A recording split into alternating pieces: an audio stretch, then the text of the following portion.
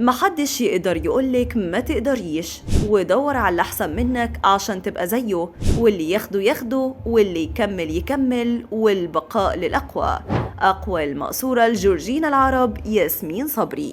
معروفة عن الفنانة ياسمين صبري من وقت ظهورها على الساحة الفنية حبها لعلم الطاقة واليوجا، فطول الوقت بقت ياسمين بتقرأ الكتب وبتتعامل مع الحكماء البوذيين عشان يعلموها أكتر عن الهدوء ويدوها خبرتهم في الحياة.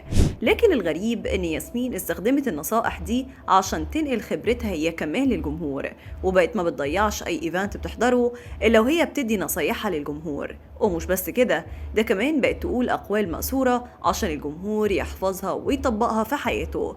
فيا ترى إيه حكاية الأقوال المأثورة اللي بتقولها ياسمين صبري؟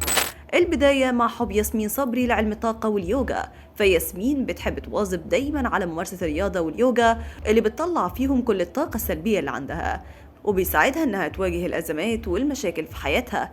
وحتى بعد انفصالها عن ابو هشيمة استمرت ياسمين في ممارسة اليوجا وتمارينها الرياضية، ودايما بتشارك جمهورها صورها وهي بتتمرن، وبتحاول دايما تحافظ على تركيزها رغم كل الازمات اللي بتمر بيها. فسبق وقالت في تصريحاتها: كل سنة بسافر دولة مختلفة، ومارست اليوجا مع راهب بوذي في بالي ونيبال لأن روحانيتهم مختلفة، والراهب كان بيتكلم عن الزهد في الحياة وأكد لي إن مفيش شيء دايم.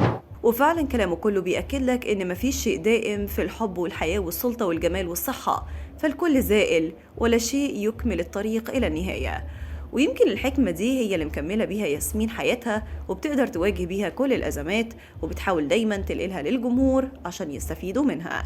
وكعادة ياسمين في حضورها الفعاليات بتحاول دايما تنقل خبرتها للجمهور، فشاركت في فعاليات بعنوان محاربة التمييز، خاصة في المجال الرياضي واللي بتتعرض ليه الستات من تمييز في المجال ده. والغريب ان ياسمين خلال الفعاليات حبت تنقل نصايحها كالعادة للجمهور، فشاطت الكورة في إشارة منها إلى أن الست تقدر تعمل كل حاجة وتقدر تكون لاعبة كرة قدم، وقالت: الكورة دي بنشوطها مش عشان بنشوط الكورة وخلاص، الكورة بنشوطها عشان كل ست نقول لها ما تخليش حد يقولك إنك ما تقدريش تعملي حاجة.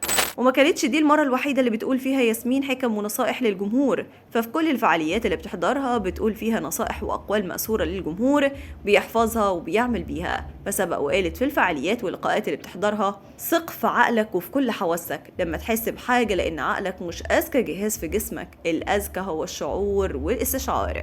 وقالت كمان: دايما دور على اللي أحسن منك عشان هيخليك أحسن.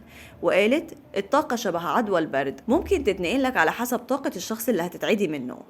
وحتى مع أزمة كورونا حاولت ياسمين يكون ليها نصيحة للجمهور، وقالت عن فيروس كورونا: اللي ياخده ياخده واللي يكمل يكمل، والبقاء للأقوى.